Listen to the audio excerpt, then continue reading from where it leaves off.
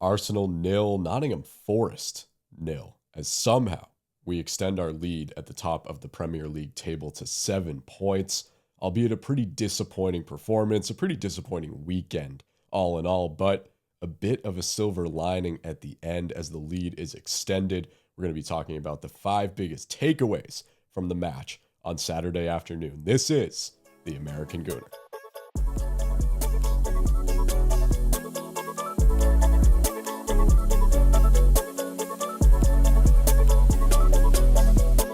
Where do we begin? It's another league draw for Arsenal, another scoreless draw in the Premier League. It's another match week where we're walking away feeling disappointed, feeling like there were points left on the table, a draw that really feels like a loss. And there's a lot to talk about after this draw with Nottingham Forest. I'm glad, though, that I'm filming this and recording this on Monday rather than freshly after the match on Saturday, because the context has changed. The context really has changed in a matter of 24 to 48 hours. The feeling that we had following the full-time whistle on Saturday to now we're sitting here the night before the match with Inter Milan, and there's a different conversation around how we're feeling about our status in the Premier League, what that point against Nottingham Forest really meant for us. What we felt at the time was a wasted opportunity at 2 points really turned into a crucial point picked up from Arsenal. But there still is that opportunity. There still is that window where we feel the players need to take advantage and the team really needs to take advantage, and they haven't done that. Does it sting a little bit more that it's back-to-back weeks, that it's back-to-back scoreless draws? Absolutely. But that leads me to my 5 biggest takeaways from this match against Nottingham Forest. And like I said, I'm glad to be recording this on Monday instead of Saturday, due in some part to the fact that I have been sick. And if you can't already hear it in my voice, I have been dealing with a bit of congestion, and I've tried really hard over the last 48 hours to salvage my voice just a little bit so that I could sit down and talk about Arsenal. But due in large part to the fact that the Villa-Everton match changed a lot for Arsenal yesterday on Sunday morning. And it changed the narrative around that point we picked up against Nottingham Forest. And that's my first takeaway, is that the context of the weekend has absolutely changed. We were sitting Saturday night thinking, worried that Aston Villa was going to emerge, and they still very well could, but they were going to emerge as our closest title challenger. Whereas we've been looking over our shoulders at Manchester City for practically the whole season, and especially the last few weeks, and even now, these missed opportunities where Manchester City are dropping points and losing games that they were expected to win pretty handily. We are looking over our shoulders now and saying, if we don't take advantage of the situations against a Liverpool, against a Nottingham Forest, that eventually City are going to catch up. And I think we lost sight of the fact that Aston Villa has been on a great run this year. They played us really, really well at Villa Park. And I think a lot of Arsenal fans kind of discounted them as title challengers. And for the first time, when we dropped points against Nottingham Forest on Saturday, there was a little bit of chatter about, hey, they can cut the deficit to 4 points if they go on and beat an Everton team at home like we all expected them to. That was a new idea that had kind of crept into the worried brains of Arsenal fans this season, was that Villa can very easily emerge as title challengers. So I think to be sitting here 7 points clear after that feeling that we had with a 0-0 draw in a very boring and bland game, and we'll talk about the game itself a little bit later, to be sitting here now 7 points clear at the top of the Premier League table is a gigantic sigh of relief, not just for us as fans, but I'm sure that the players and Mikel Arteta and everybody else around this Arsenal team, they're feeling that pressure off their shoulders at least a little bit following the draw at Forest, and it actually proved to be a pivotal point that the team picked up. But I think a lot of this overreaction, we saw it on Saturday night on social media, which, if you're an Arsenal fan, social media right now is one of the worst places to be, because just the narratives, the things that are spewed out when this team doesn't win a game that they were expected to win pretty handily. Again, it's one game, but it is a storm of worry and of panic from Arsenal fans. And I think we all just need a reality check. But that overreaction, I think it comes, and we all know that it comes from a place of trauma from the past few seasons. I mean, where a lot of the conversation, and rightfully so, was that we could have a 20-point lead at the top of the Premier League table. We could run away with it, much like Liverpool ran away with it last season, and still not feel satisfied until we're lifting that trophy, just because we know what this team is capable of doing, for lack of a better term, because it's not a positive skill to be able to bottle a league lead like they have in the past, but we know that there is some psychological and mental barrier that's preventing Arsenal from really tapping into the potential that we know they have as a team. And we know in the past that they've been as good. They've been good enough to win the league. They've been good enough to win the Champions League. Last year, they were good enough. They had the skill set, they had the tools, they had the capability to do it. But the question has been, can they get over that mental barrier, which in large part has been built by themselves. And a lot of people were talking about Arsenal beat themselves more than they get beat. And we felt that this past weekend. So a lot of that overreaction, I understand. It comes from a place of trauma from what's happened in the past few years. And honestly, I felt that way a little bit in the hour or two after the full-time whistle against Forest. I felt that, like, oh my God, it's happening again. And this is the start of it. We're starting to engage in these games again where we're not taking advantage of opportunities. And you look at last year, you look at the year before, we had games like this. Mind you, they were a lot more frequent, and they were a lot more damaging, I guess I'd say, to the title race than I think they are this year. But when you go through that and you experience that, it really hasn't happened this year for this Arsenal team to the extent that it has in the past, obviously, but even to the just basic eye test. I feel like I haven't watched this team engage in games like that the way they have in the past, where I think about Newcastle last season. I think about Fulham last season. I think about some of those games against middle table teams, Brighton, where they were just throwing points away left and right. I mean, we were labeled dropped points FC for good reason. We were dropping massive points, and it's a large reason why Liverpool were able to run away with the title as easily as they did.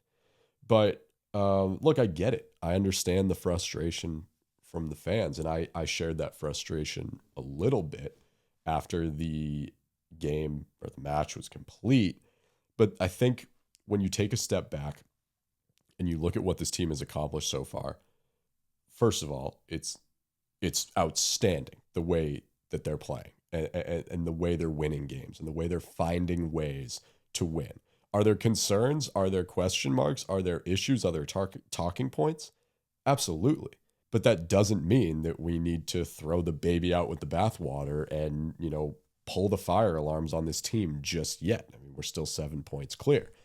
And the idea that I kind of had in my head after this game, trying to rationalize why I was so disappointed and why I think a lot of Arsenal fans were so disappointed with the result, is that we all are watching that Manchester derby on Saturday with a hate watch mentality. We're watching to see City potentially drop points. And I think when that game went to halftime and it was 0-0, and United were hanging in there. City had their chances, United had their chances. Obviously, controversial red card not given, but that controversial decision obviously played a role in the game as well. But I think when we got to halftime, we all tuned in a little bit more than we were in the first half, maybe, with the mentality of, wow, they might draw, they might lose this game if United can really put some pressure and maybe find the first goal. Maybe find a late winner if they're able to hang around with City at 0-0. And then we've got Forest on deck in a couple hours. This could be a 6-point swing at the top of the table if you really think about it. Now, the idea, or I guess the conclusion that I've come to after this weekend, is that the fans hate watch, the players do not. And I think it's important to make that separation, because we're all massively disappointed that City lost to United and dropped points in a big fixture. And then we had Nottingham Forest, who are fighting relegation right now at the bottom of the table. We beat them really comfortably at the Emirates earlier this year in a game where we were firing on all cylinders, and we were expecting a similar performance. And we walk away with a 0-0 draw.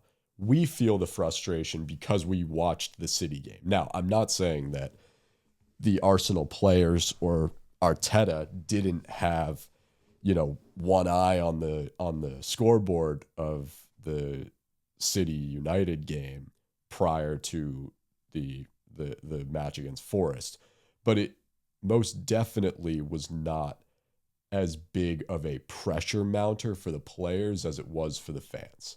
And I can say that with 100% certainty. I saw a lot of people saying online that Arsenal played the way they played because they felt that pressure that has presented itself in years past. They felt it creep back in a little bit. And they saw a massive opportunity, struggled a little bit in the first half, and really couldn't get out of their own way. I 100% disagree with that notion. I think that Forest game the result is the same if Man City go out and thrash United, or if that game ends in a draw. I really do. A lot of people are equating the result there to the result at Nottingham Forest. I see absolutely no link. I think it's easy to think that way.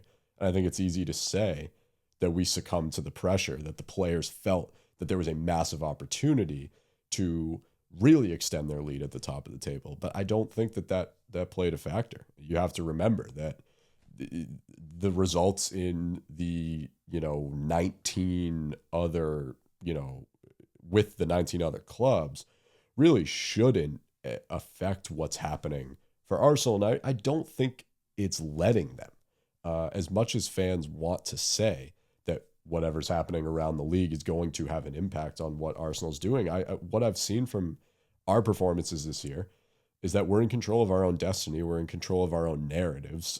They've done a really good job of kind of blocking out the noise from the fan base and from the media and from opposing fan bases that we've seen in years past really get in the way.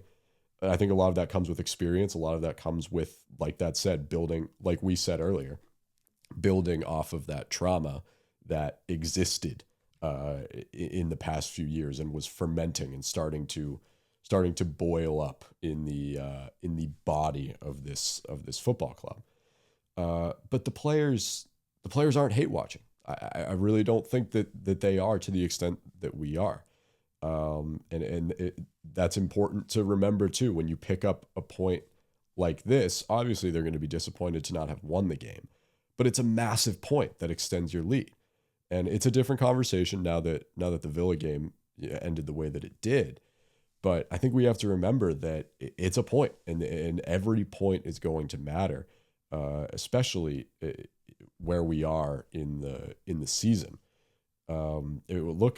January is a crucial month. You obviously have the transfer window. You're playing Premier League games, Carabao Cup games, Champions League games, FA Cup games. I mean, it really is a massive month. And it's important to remember that you can't win the league in January. You can lose it in January. And it's important that we're not doing that. But you can't win it in January. And I think a lot of Arsenal fans are expecting us to win the league now because they see the opportunity to just go so far ahead. You can lose it in January. And I think that's what you're seeing with Man City. I think that might be what you're seeing with Aston Villa too, is losing when you're chasing. Those dropped points matter a lot more than when you're on the top. Obviously, if City were 2 points behind Arsenal, then dropped points at the top would matter a lot more. But dropped points definitely hurt more when you're chasing rather than when you have a pretty comfortable lead at the top. And as City, as Villa, if you want to throw Liverpool into the conversation, go for it because they're continuing to drop points as well. As all of those clubs continue to drop points, they are taking themselves out of the title race. And that's important for Arsenal. And that's going to be beneficial down the stretch. But we can't win the league right now. No matter what we do, we can continue to win games. We can continue to pull away. But you can't win the league in January. You can absolutely lose the league in January. And it's important that we're not doing that, right? In years past, we've done that. We were out of the title race this time last year. Liverpool had pulled so far ahead. We dropped so many points already that it just seemed like an insurmountable lead for us to try and, chip away at and present ourselves as second runners for the title. Obviously, we wouldn't be the front runners. Liverpool were very much ahead. But a perspective check. That's what we need right now as Arsenal fans. There was a lot of chaos. There was a lot of concern. There was a lot of panic. And that's fine. I like where the expectations are, and I like that we've brought the bar so high where we are pissed off as fans after a 0-0 draw against a Nottingham Forest team that is hard to play against on the road. And we extended our lead at the top of the table by another point to 7 points. And we're still not satisfied with it. I love that that's the mentality, but don't let that ruin the fact that this has been an incredible season. We can't win the league right now, and we're doing everything we can not to lose it and not to lose ground in the title race. That was my biggest takeaway, at least from the weekend, was, let's, in the words of Erling Haaland, let's stay humble here. Let's get a little perspective check. Let's get a little reality check. It's been an amazing 3 weeks. 3 weeks ago, City were 2 points behind us in the title race when we were level on games, and they actually went top of the league for about a couple hours when they had the benefit of playing before us. I believe it was 3 match weeks ago, maybe 4 at this point. It was, right around Christmas and New Year's. They were breathing right down our necks, and they had the benefit of playing in the early slate. We had the night game, and they went top. So let's get a little bit of perspective here, and not totally freak out. It is an important point that we picked up. Did we want all 3? Absolutely, but it's not the end of the world for this team. And if this season has been any indication of what Arsenal's capable of, they're going to bounce right back. Now, is it concerning that it's back-to-back goalless draws? Maybe. I think there's a little bit of psychology behind both of the performances. Is it a little concerning in our lack of attack, our lack of putting away chances? Yeah, maybe. But I don't think that it's when we get to April and we get to May and we have, hopefully, fingers crossed, the opportunity to wrap this up and hoist the Premier League trophy. I don't think we're going to look back on the Forest game and really feel that it was damaging to our season. Knock on wood. I hope that that's not the case. I hope that this isn't a catalyst for some sort of catastrophic collapse to come. But yeah, I don't feel that this game is as damaging to our title hopes as a lot of Arsenal fans are saying. Speaking about the game itself, my second biggest takeaway, let's get into the actual match against Nottingham Forest, how things unfolded. My biggest takeaway was that this one's on Arteta. I am one of his biggest defenders. I am one of his biggest supporters on social media, and have been in the face of a lot of Arteta out campaigns, sack Arteta movements on social media. I'm always Arteta in, always. That being said, I am able to admit when I believe he's made a mistake or several mistakes. And I think that one of the biggest reasons why we weren't able to get over the line in this one was that he picked a really interesting starting 11. I don't even know if interesting is the right word. Maybe curious starting 11. I don't want to say it was poor, because I think that hindsight is always 2020, and it's very easy for me to sit here and play armchair manager and say that the players that just didn't perform shouldn't have started. That's not what I'm attempting to do. But when I saw the starting 11 prior to the game, I was a little bit curious. And that may stem from just the fact that I had a different starting 11 in my head for this game. But clearly he felt strongly that those 11 players were going to give us the best chance to win. I think he was wrong in that, and I think maybe at this point he'll tell you that he got it wrong. And another thing that he got wrong were the substitutions. I did not like the decisions of the subs, when he brought them on, who he brought on, who he took off. It felt a little bit helter-skelter in terms of hitting the panic button around the 60th minute when he saw the game going the way that it ended up going. But let's talk about this starting lineup. It was an opportunity for squad rotation, and I think that squad rotation is good, and this was the prime opportunity to rotate your squad. That being said, I think he got the rotations wrong. And this is starting to become a bit of a pattern for Mikel Arteta this season, that I wouldn't say it's necessarily a concern yet, but I think you have to take into account the bigger picture here. Whenever there's an opportunity to rotate the squad, he always looks to the attacking players, which is fine.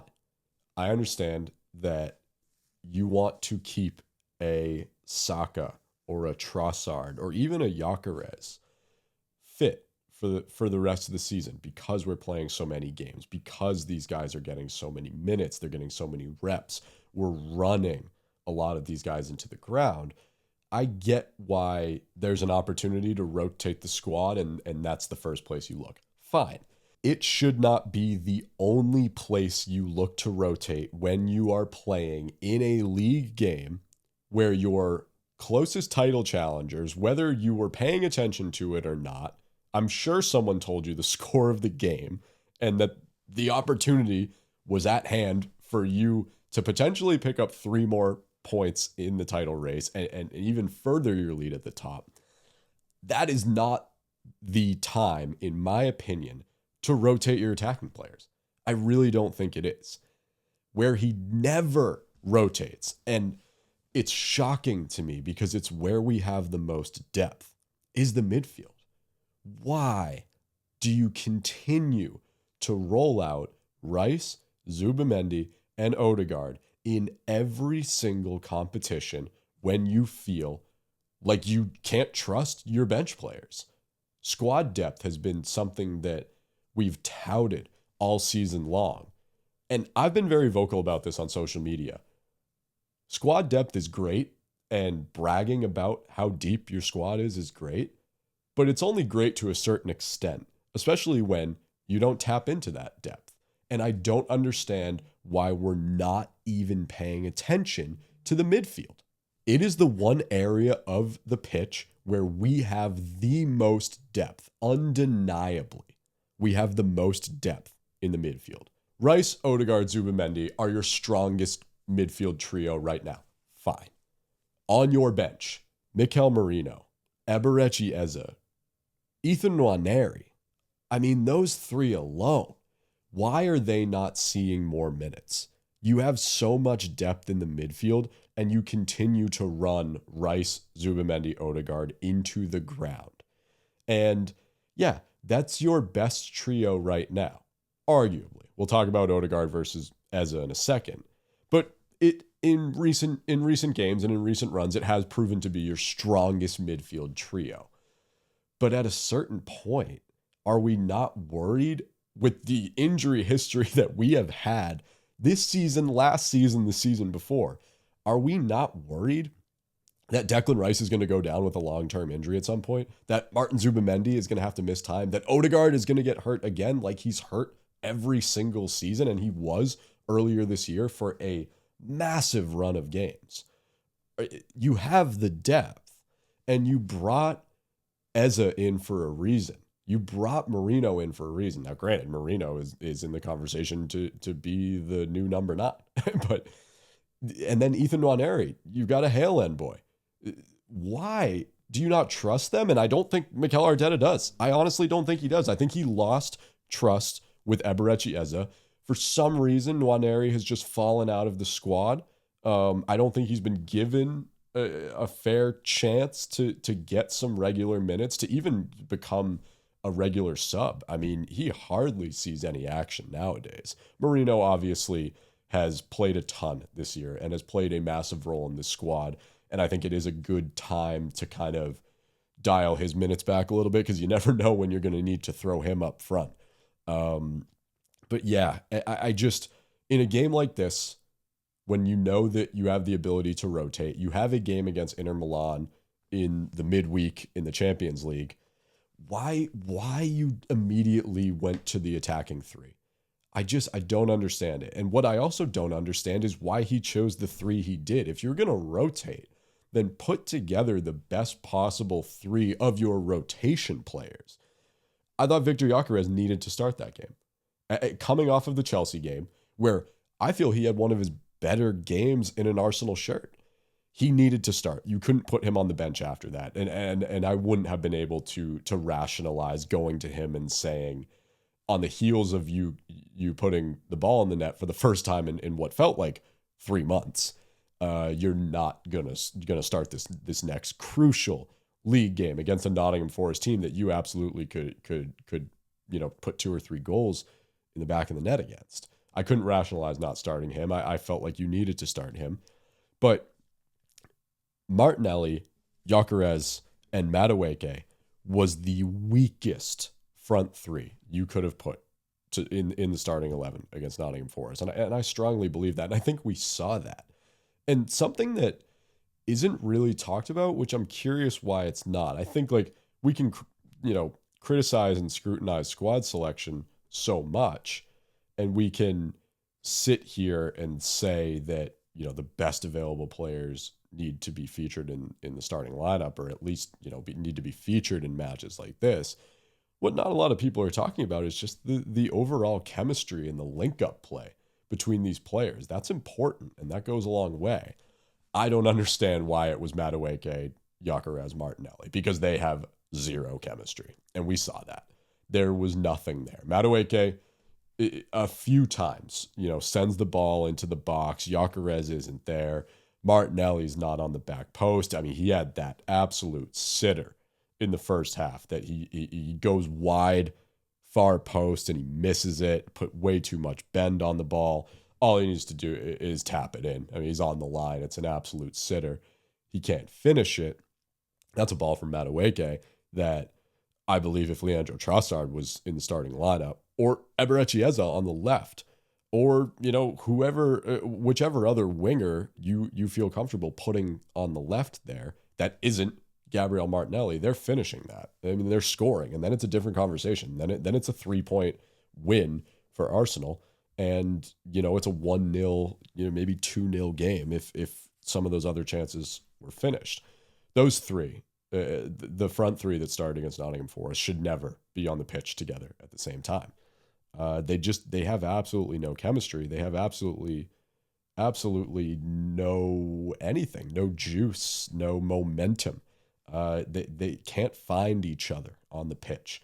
They can't get the ball into good areas. They can't really put the ball into the box. I think Madueke had a good game, but he's a player that relies very heavily on his other winger, not so much on the striker, because I mean, this Arsenal team, we'll talk about Gyökeres next, but this Arsenal team at the number 9, I mean, it's a massive question mark right now who should be starting games at striker. But Madueke relies very heavily on the runs that are being made by his wing partner, and we've seen his link up in the past with Leandro Trossard, with Eza, and it just wasn't there with Martinelli. And obviously Martinelli finishes that chance, and it's a different story. But outside of Madueke, Gyökeres offered nothing. Martinelli offered nothing. It was obvious why Arteta was so quick to disband those three in the second half and pretty much send an entirely different and new front three out there as subs in the second half. I think he knew he got it wrong. I think he knew he made a mistake.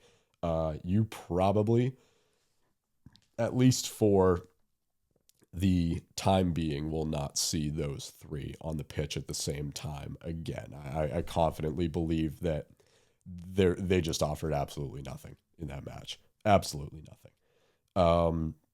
And now here we are going into a game against Inter Milan, where you've put yourself in a difficult position. And I've seen a lot of Arsenal fans online, and I'm kind of in this camp saying, like, look, it's kind of a throwaway game. Obviously, it would be a statement to go to Inter Milan and beat them, or even it takes something from them.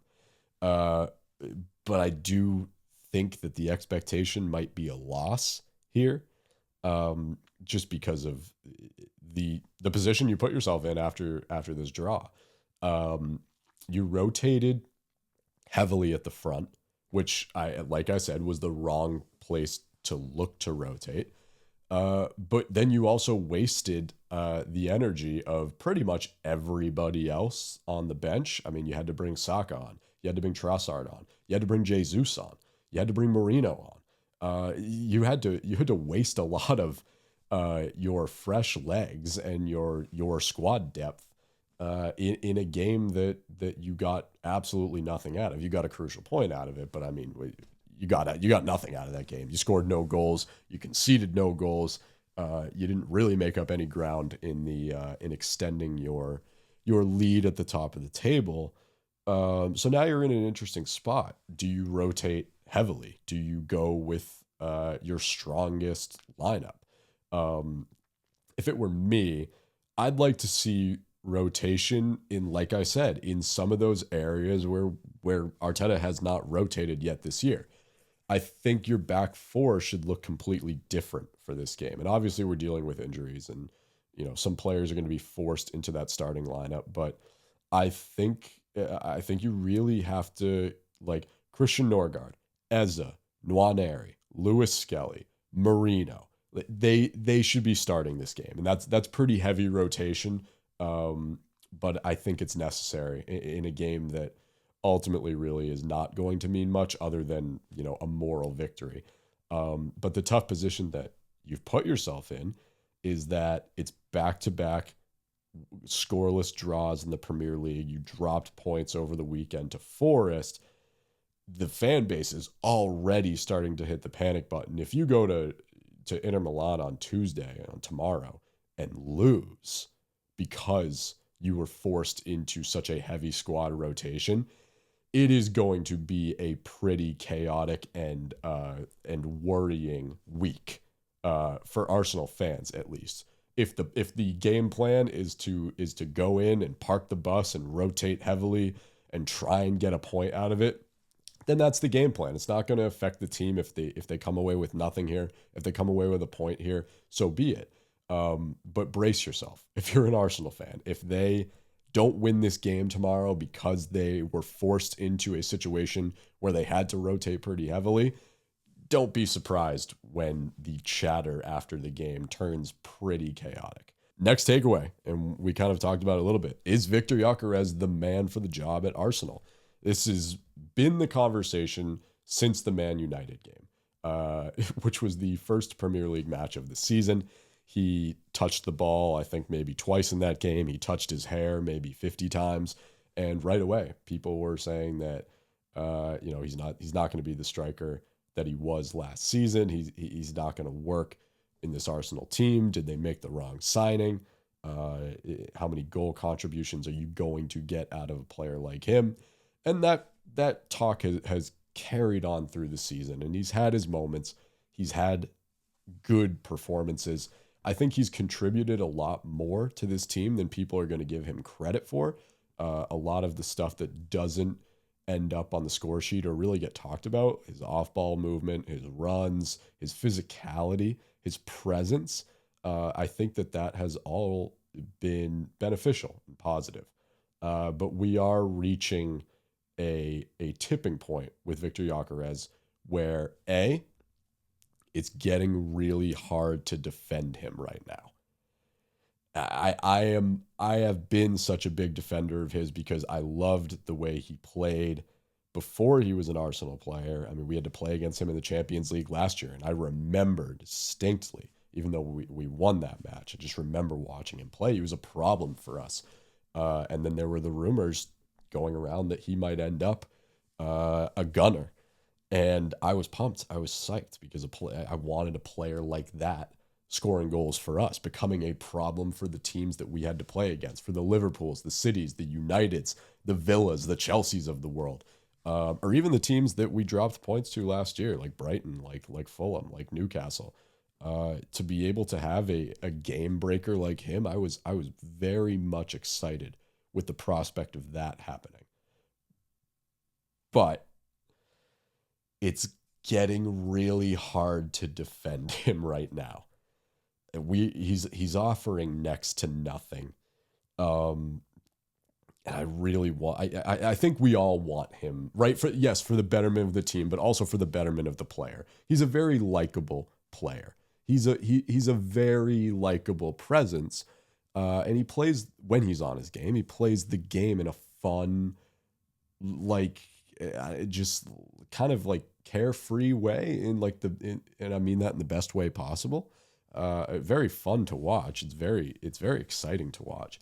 So I think we all want the best for him, right? We obviously don't want him to be struggling, but this is a fan base that gets very critical of its players very quickly. And it's getting harder and harder to come up with reasons why he should be the starting striker for Arsenal. And I think if you look at his season as a whole right now, this could be a little bit of a harsh assessment. I don't think he has scored an impressive goal from open play yet. Not one. And he scored very few from open play in all competitions.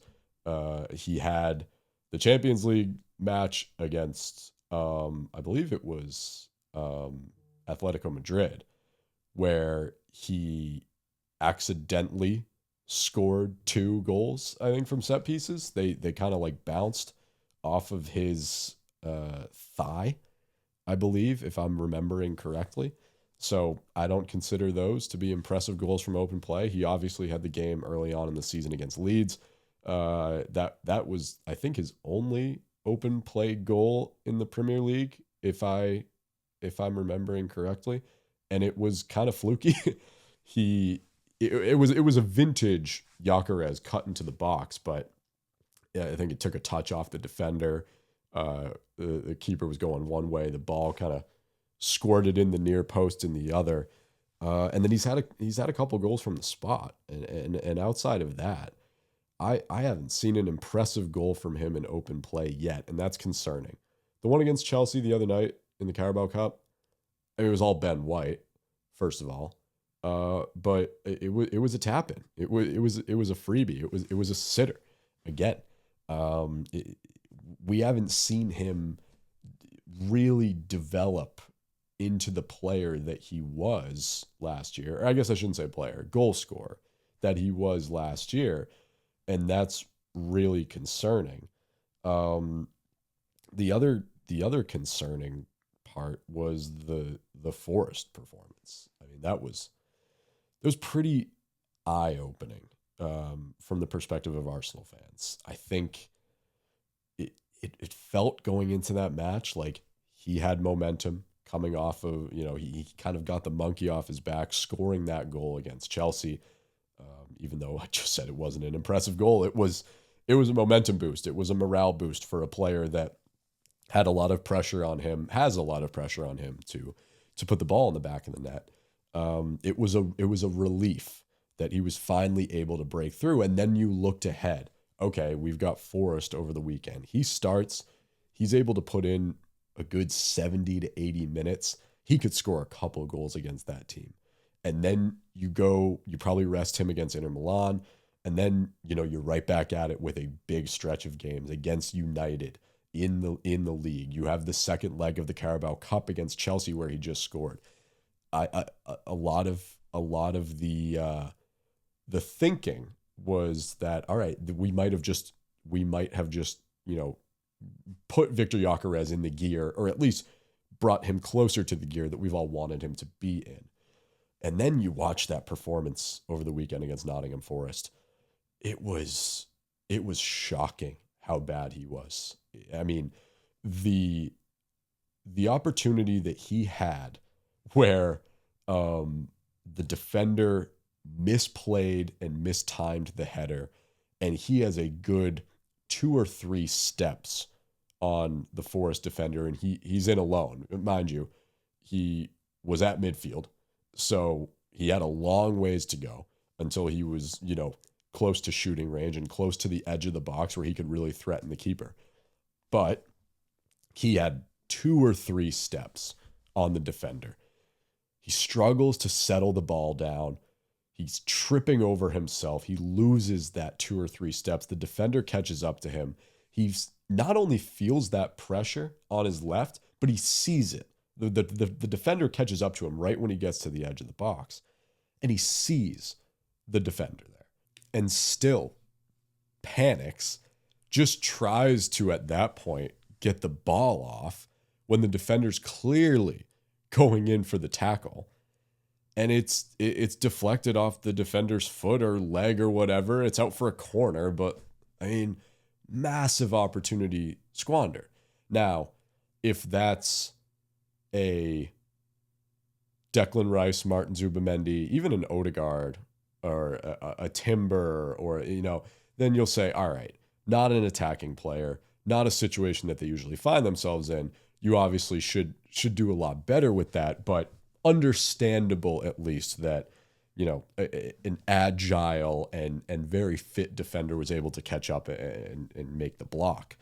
For Victor Gyökeres, someone who you really targeted as your main transfer of the summer, that was your big signing over the summer. He was going to be the guy that was going to come in and score the goals, was going to, provide this new dimension of attacking that we didn't have last year.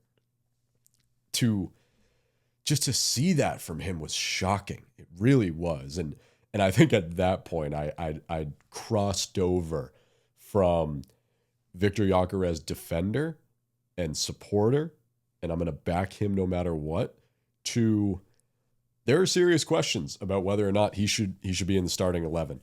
If it were me, I think at this point, I'd take him out for the time being.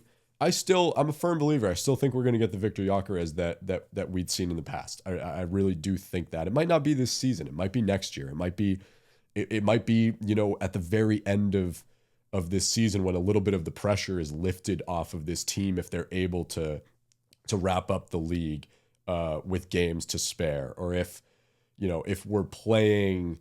We're still playing in the Champions League and, FA Cup and Carabao Cup final in a month or two.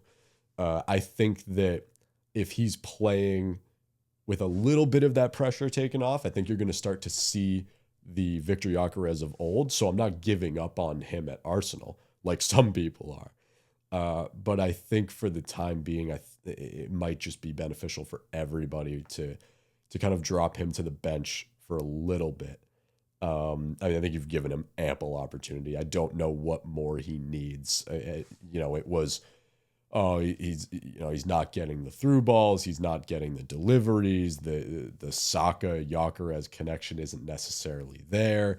You can look at the game against Forest and say, like, Martinelli, Gyökeres, Madueke, they just have absolutely no link up, no chemistry. But the onus is fully on you and you're in alone on the keeper and you have 3 steps on the defender and you're a Premier League striker on a team that is at the top of the table and contending for all of these trophies in, domestically and then in Europe as well. You just have to do better. You absolutely have to do better. There's no excuse for it. And I think I've now crossed over into the maybe we should stick him on the bench for the time being.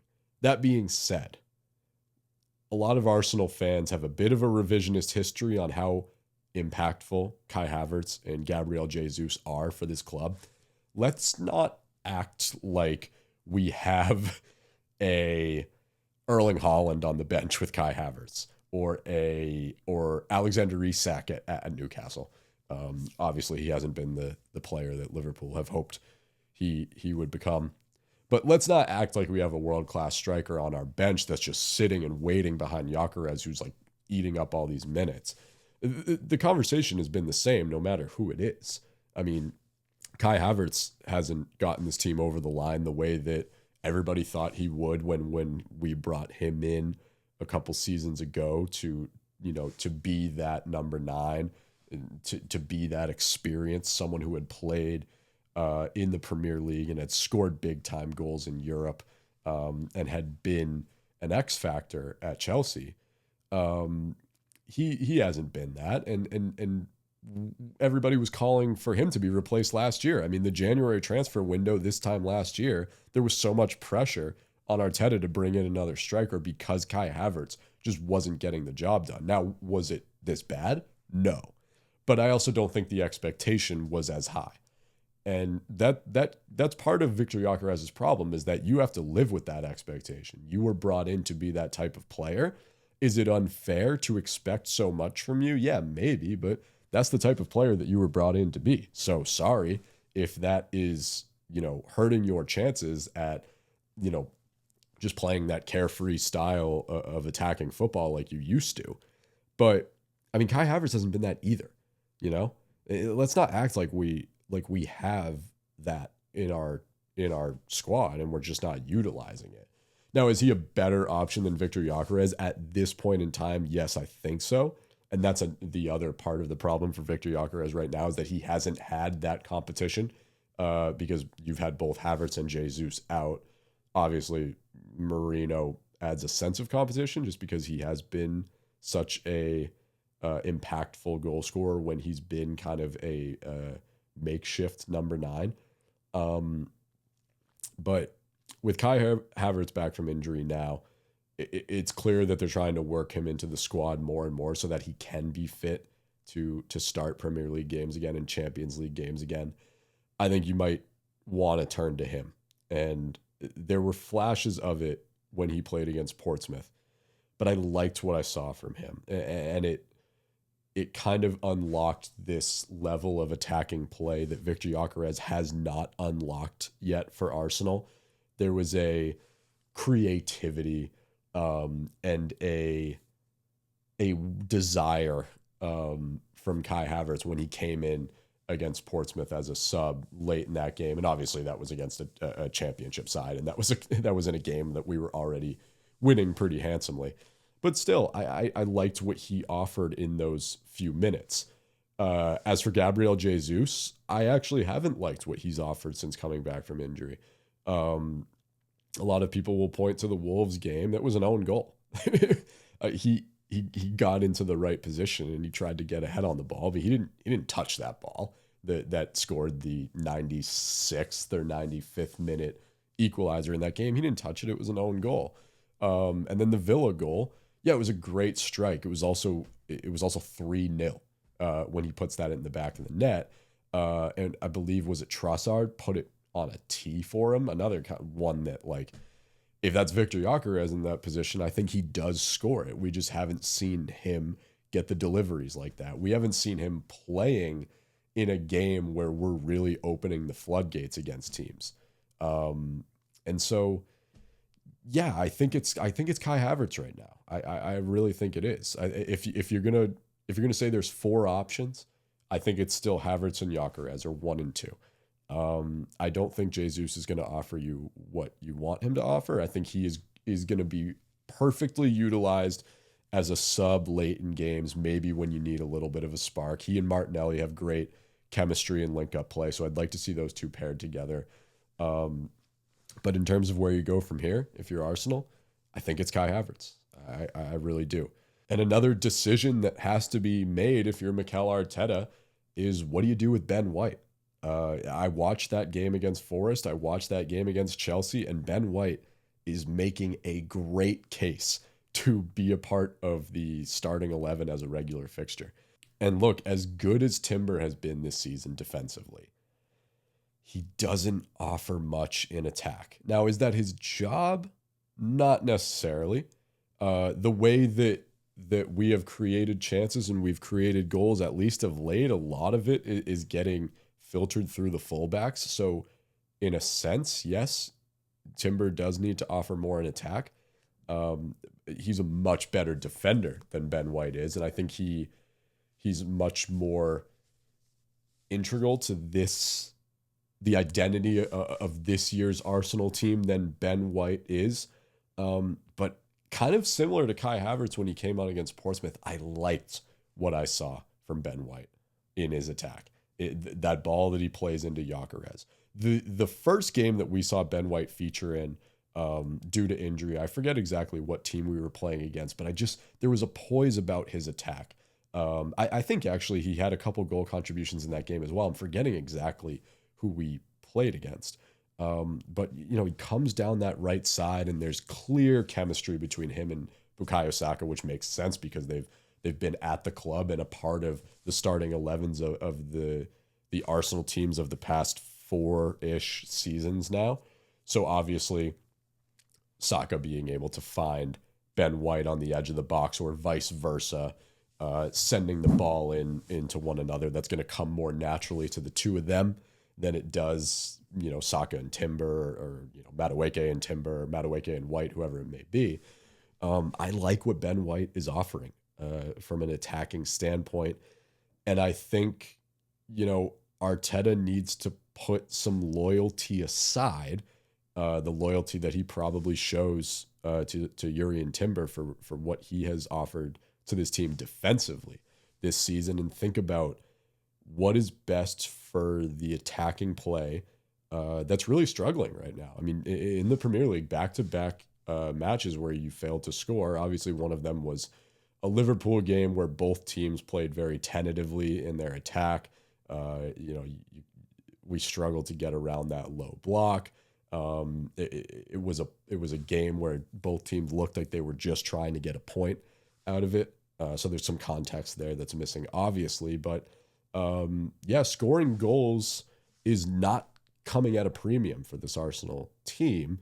Do you shake up the look of your attack a little bit? And does that come in the form of Ben White? I think that it is something that Arteta might start to play around with. And I don't want to see Jurrien Timber dropped from the starting 11 entirely, but we talked a lot earlier about squad rotation and utilizing your squad depth. Ben White has really been a key piece in the Arsenal quote unquote success of the past few years. He's been a part of the transformation that's taken place from, Unai Emery, middle of the table, really not competing for much, and then the nightmare that was lockdown Arsenal, to now, finishing second in the league 3 straight seasons in a row, being at the top of the Premier League now, 7 points clear. We're 6 months away from the end of the season. He's been a big part of that. And it was a bit of a bummer to see him lose his place in the squad to start the season as a result of just us being so strong and bringing in all of these, strong pieces that just had to play in front of him because of the money we were spending. But he's making a really good case to be a part of this starting 11.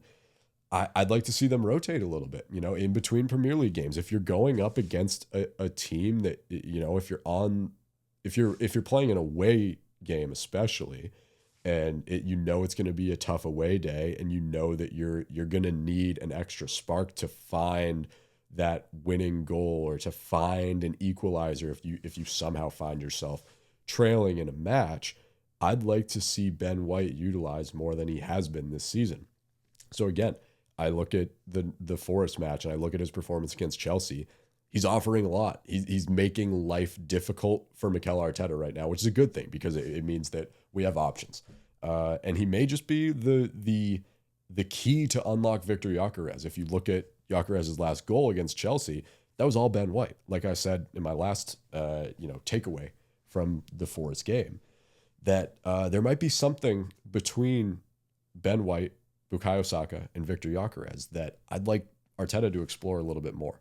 So I guess the decision or the decisions that will be made in the coming fixtures will say a lot about what Arteta thinks about that, those fullback positions, the competition that has now presented itself between Jurrien Timber and Ben White. But I would like to see a healthy partnership between the two of them. And then lastly, another competition that I feel has presented itself. What has happened to Eberechi Eze? I mean, we are all just eagerly waiting for him to get back in this squad somehow. Obviously, Martin Odegaard coming back from injury has played a big role in Eze kind of finding himself on the bench. But when he first signed, when he first came over from Crystal Palace, he appeared in more games in that stretch from September to Christmas. He'd appeared in more games and started more games than like any other Arsenal player, I believe. There's a stat somewhere on Twitter about that, just about the volume of games he was playing in. So I obviously understand the need and the desire to kind of give him some probably much needed rest. But I think it's gotten to a point where it may be there may be something more there than just rest. I think it's no secret that he kind of lost his place in the squad after that away day at Villa. I think that the Matty Cash goal that put Villa up 1-0 at the end of the first half, Arteta places a lot of the blame on Eze, and rightfully so. I mean, he doesn't defend all that well. He doesn't offer you much defensively. But I think you're at a place right now where your back four are so strong, whether it be Ben White or Jurrien Timber. We're gonna get Calafiori back. We're gonna get Nketiah back. Mosquera found his place on the bench last game, which was good to see. And then obviously you have the two-headed monster of Gabriel and Saliba. So your defense is in a good place. I would like to see Eze feature in more games. I really would. He can help this team win if you use him the right way and you utilize his skill. We saw that against Spurs in the North London derby. We saw how Eze can help this team win. He single-handedly won us that game. He doesn't play. Granted, does Martin Odegaard finish a couple of those chances? Maybe. Yes. But it's 1-1, if he doesn't play, if he doesn't start that game. You know what he's capable of. You know what he offers to this team. You know what he can bring. And I do question a little bit why we're seeing him like punished, for lack of a better term, for his lack of defensive poise against Villa and against Matty Cash in that one game where we really weren't good as a team, all around. I mean, we found the equalizer with Trossard in the second half. We give up a sloppy goal in the 97th minute of the match in extra time when, in all honesty, Nkapie, dribbles the ball out of bounds, gives Villa the throw in, which he really shouldn't have. It was a mental mistake. I don't think that you can place the blame of that loss on Eberechi Eze, although it seemed like Arteta has been, or at least he did, for a moment in time. I hope that we are far removed from that, because, the last thing you want is for a manager of a Premier League leading side to be punishing a player for, a defensive mistake. Now we're almost 2 months removed from that game, and we still really haven't seen Eze. I don't think he's started a Premier League match since then. Did he start against Portsmouth? I don't even remember. He definitely didn't. He definitely hasn't started in the Premier League. I'd like to see him get back in the squad. If you look at his moments over the course of the season, obviously, I just brought up the obvious one, which is the hat trick against Spurs. But look at the equalizer against City, the Martinelli equalizer against City. That was an Eze assist, and that was a really well timed and really well placed pass from Eberechi Eze. He's had a lot of those, a lot of sneaky moments where you kind of forget, like, oh yeah, that was his delivery. That was his build-up play. I think we're kind of forgetting how early on in the season he was brought in and started featuring right away because of the injury to Odegaard. But he has been a part of a lot of crucial moments over the course of the season. I really hate that he's lost his place in the squad. I know that Arteta feels that Rice, Odegaard, Zubimendi is his best midfield right now. But is it really? Would Eze be giving more to a game against Nottingham Forest, to a game against Liverpool? I think so. I mean, you want to talk about Victor Gyökeres not showing up against Big Six clubs or against teams at the top of the table. Guess who has? Eberechi Eze. I mean, he had the assist to Martinelli against Man City. He had the hat trick against Spurs at a time where I know Spurs are closer to relegation right now than they are a Champions League spot. But at the time, I believe Spurs were third in the league, and they had the opportunity to go second, maybe. I don't know how close they were to us at that point, but I know that the first North London derby at the Emirates this year was more than just the rivalry. It was an impactful game for the movement at the top of the table. I mean, he showed up in that game. He won Arsenal that game. He won Arsenal the point against City. So, yeah, I'd like to see him feature more in those crucial matches. Against Liverpool, who knows? I mean, maybe he offers a lot more than Martin Odegaard does in attack. I mean, there's no way to tell now.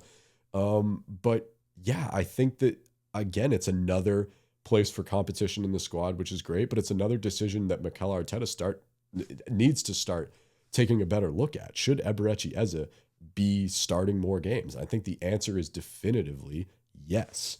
And another interesting question that I'm sure a lot of people are talking about, and we'll wrap this episode with this question. If Martin Odegaard was not the captain and he wasn't wearing the captain's armband, would he be starting as frequently as he is?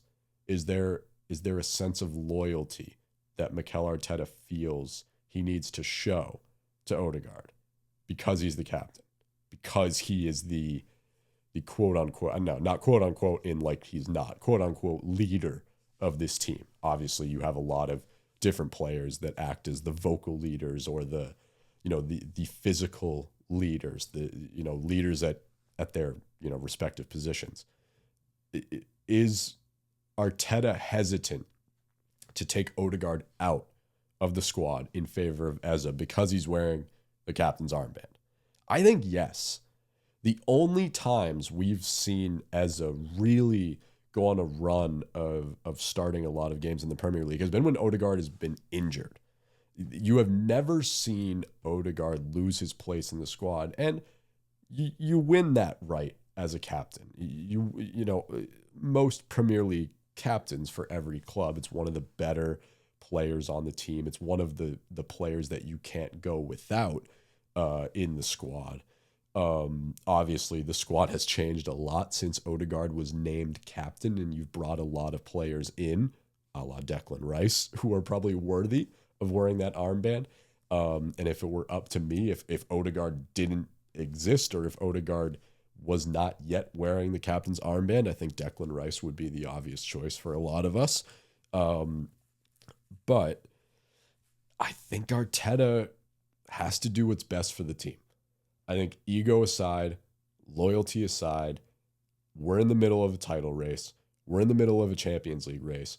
We are in the Carabao Cup semifinals, and we're in the middle of an FA Cup race. And there's so much pressure to win a trophy this season on this team, this season in particular. We've built, we've been right there. We've been second in the league for 3 years. We made it to the Champions League semifinals. We beat Real Madrid in both legs last year. In the Champions League quarterfinal, we had some really great moments as a club, not just last year, but in years prior. This is the season where you need to win a trophy, and he needs to do what's best for the club, and what's best for the team, and what's best for the fan base, and what's best for his players. I understand the loyalty to your captain, but does a conversation need to be had? Is Eberechi Eze going to offer more for this Arsenal side than Martin Odegaard?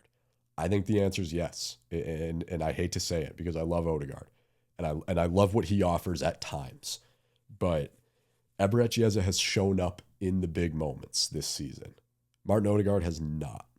So I'll leave you with that thought in parting. Obviously, we have the game against Inter Milan tomorrow.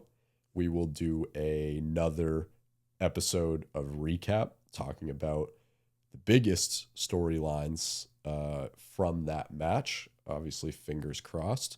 We're hoping all goes well, but I'm sure we'll have a lot more to talk about. We will have a lot more questions maybe answered, with the decisions that Arteta is going to have to make going into that game. Hopefully all good ones. Hopefully he listens to this episode and maybe gives him some stuff to think about. But yeah, if you made it this far in the episode, thank you so much for listening. I very much appreciate it. We are going to be talking Arsenal a lot more as we've hit the new year, and we've launched this new show on Spotify. Obviously, if you're a fan of us at TBR Sports, nothing new about what we do here, but yeah, if you've come over from the TBR Sports community, who obviously TBR Sports is presenting and producing this show, then obviously you're familiar with what we do. But if you're not, welcome, first of all. I appreciate you all listening. If you are watching this on YouTube, a like and a subscribe and a comment would go a long way. Love to converse with all of you in the comments about your thoughts about what I'm saying about anything Arsenal in general. And then on Instagram, TBR Sports, on TikTok, TBR Sports. Give us a follow if you want to check out all the other things that we're doing outside of Arsenal, or involved with Arsenal chatter. Let us know. But yeah, I'm excited for this new journey of the American Gooner podcast. So thank you so much for listening to this episode. We have the Inter Milan game tomorrow, and then right after the game, albeit my health hopefully is continuing to progress, and I'll maintain this voice that I worked so hard to get back over the past couple days, recovering from having a bit of a head cold. Tomorrow night we will record another episode talking about the Inter Milan match, and then it's busy season for Arsenal. So lots more games to talk, lots more episodes to come. But thank you all so much for listening to this episode of the American Gooner, and we will see you next time. Come on, you Gunners.